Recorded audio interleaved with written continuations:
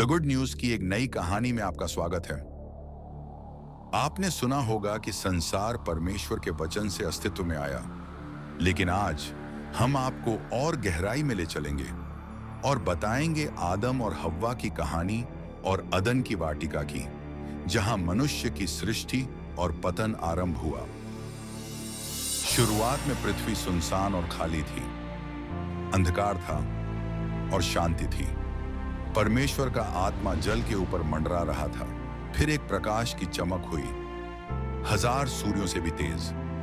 शून्यता में गूंजता हुआ परमेश्वर ने कहा, उजियाला हो, और उजियाला हो गया। आकाश गंगाएं बनी, विशाल और भव्य।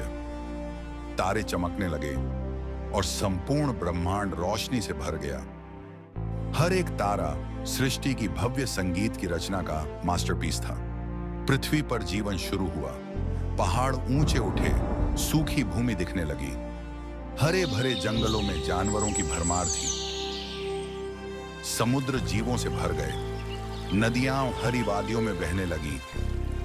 पानी की कलकल, पक्षियों का मधुर संगीत और हजारों फूलों की मीठी सुगंध से हवा महकने लगी। और सबके बीच में पूर्व दिशा में एक वाटिका, अदन की वाटिका, जिसे परमेश्वर ने अपने हाथों से बनाया, जिसका सौंदर्य और शांति कल्पना से परे था। उस वाटिका के बीचों बीच 2 वृक्ष थे, जीवन का वृक्ष और भले बुरे के ज्ञान का वृक्ष।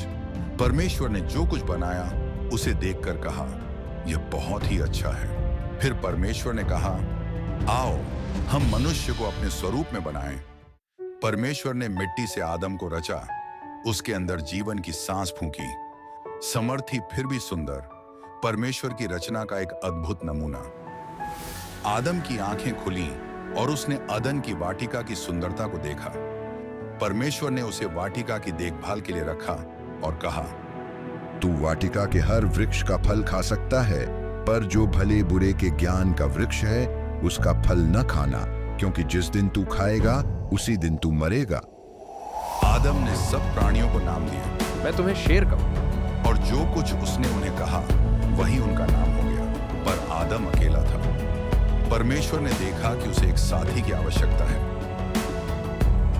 ने आदम को गहरी नींद में डालकर उसकी एक पसली से हव्वा को बनाया, जो आदम की सहायता और संगिनी बनी। हव्वा सुंदरता और शालीनता की ऐसी उदाहरण थी जो आदम की शक्ति को पूरा करती थी। आदम ने जब हव्वा को देखा तो कहा, तू मेरी हड्डियों में की हड्डी और मेरे मांस में का मांस है। उसने उसकी आंखों में अपनी आत्मा का प्रतिबिंब देखा, एक जीवन साथी जिसके साथ वो जन्नत में रह सके। परमेश्वर ने उन्हें आशीर्वाद दिया और कहा कि वे पृथ्वी पर राज्य करें, समुद्र की मछलियों, आकाश के पक्षियों और पृथ्वी के सब जीवों पर अधिकार रखें। वे हाथ में हाथ डालकर अदन की वाटिका में चलते थे। पक्षियों के गीत के साथ मिली हुई उनकी हंसी, प्रेम से भरी एक निर्दोष दुनिया में, जो परमेश्वर की दिव्य योजना का एक प्रमाण था। ऊपर स्वर्ग में एक दुखद घटना घटी। लूसीफर, जो सबसे तेजस्वी स्वर्गदूत था, अपने हृदय में घमंड ले आया। उसने परमेश्वर के सिंहासन को चाहा। वह स्वयं परमेश्वर जैसा बनना चाहता था। मैं आकाश से ऊंचा चढ़ूंगा, परम प्रधान के तुल्य हो जाऊंगा। पर उसका विद्रोह सहा नहीं गया। उसके विद्रोह का तीव्र और भयानक न्याय किया गया। मीकाएल प्रधान स्वर्गदूत ने परमेश्वर की सेना के द्वारा युद्ध किया। एक अतुल्य पराक्रमी योद्धा जिसने लूसीफर और उसकी सेना का सामना किया। सर्वशक्तिमान के नाम से तू नीचे गिराया जाएगा। स्वर्ग कांप उठा। स्वर्गदूतों की तलवारें टकराई, जिससे पूरा ब्रह्मांड गूंज उठा। लूसीफर को स्वर्ग से नीचे गिरा दिया गया और वह शैतान कहलाया। अंधकार में गिराकर छोड़ दिया गया, जहां वह बदला लेने की योजना बनाने लगा। अपने स्वर्ग के बाहर पनप रहे अंधकार से अनजान आदम और हव्वा अपने निर्दोष जीवन में सुख से जी रहे थे। जानवर उनके मित्र थे, क्या बड़े क्या छोटे। वे हर दिन वाटिका में घूमते, फल खाते, जो कहीं और मिलने वाली फलों से कई गुना मीठे थे, और निर्मल जल से प्यास बुझाते। दुख, पीड़ा और मृत्यु से अनजान थे। पर शैतान चालाकी से भरपूर एक अवसर की तलाश में था। एक दिन जब हव्वा वाटिका की देखभाल कर रही थी, वह सांप का रूप लेकर अदन की वाटिका में आया, जो सब जानवरों में सबसे चालाक था जिन्हें परमेश्वर ने बनाया था। उसके मुंह से शहद से भी मीठे शब्द टपकते हुए उसने हव्वा से पूछा, क्या सच में परमेश्वर ने कहा कि तुम वाटिका के हर वृक्ष का फल न खाना? वह हव्वा के पास गया जब वह वाटिका की देखभाल कर रही थी। उसकी आवाज शांति में एक धीमी फुसफुसाहट थी। हव्वा ने उत्तर दिया, हम सब फल खा सकते हैं, बस जो पेड़ वाटिका के बीच में है उसका फल नहीं। अगर हम उसे छुए या खाएं तो मर जाएंगे। सांप ने कहा, तुम नहीं मरोगी। जब तुम उसका फल खाओगी, तुम्हारी आंखें खुल जाएंगी और तुम परमेश्वर के समान हो जाओगी, भले और बुरे को जानने वाली। सांप के शब्दों ने हव्वा के हृदय में संदेह का बीज बो दिया, एक ऐसा बीज जो शीघ्र ही आज्ञा उल्लंघन के रूप में विकसित होने वाला था। यह सुनकर हव्वा ने उस फल को देखा। वह सुंदर और मनभावन लगा। सांप के शब्द उसके मन में गूंज रहे थे और भरपूर ज्ञान का प्रलोभन दे रहे थे।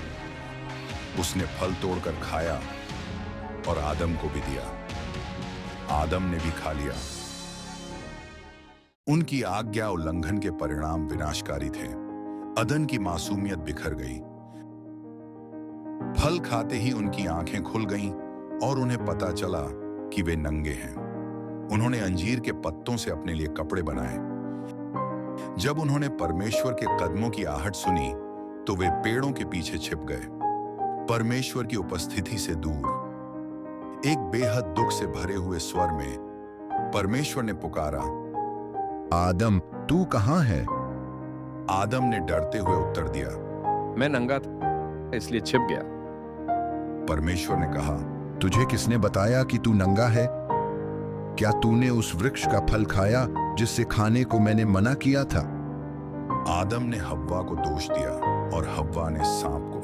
तब परमेश्वर ने सांप को शाप दिया, तू अपने पेट के बल चलेगा और स्त्री के वंश से तेरा बैर रहेगा। वह तेरे सिर को कुचलेगा और तू उसकी एड़ी को डसेगा। आदम और हव्वा को उसने ऐसी सजा दी जो उनके पाप की गंभीरता को दर्शाती थी। पीड़ा और परिश्रम ही उनका भाग्य होगा और मृत्यु दोनों का इंतजार करेगी। फिर परमेश्वर ने हव्वा से कहा, मैं तेरे गर्भधारण की पीड़ा बढ़ाऊंगा, तू पीड़ा में संतान को जन्म देगी। तेरी अभिलाषा तेरे पति की ओर होगी और वह तुझ पर शासन करेगा।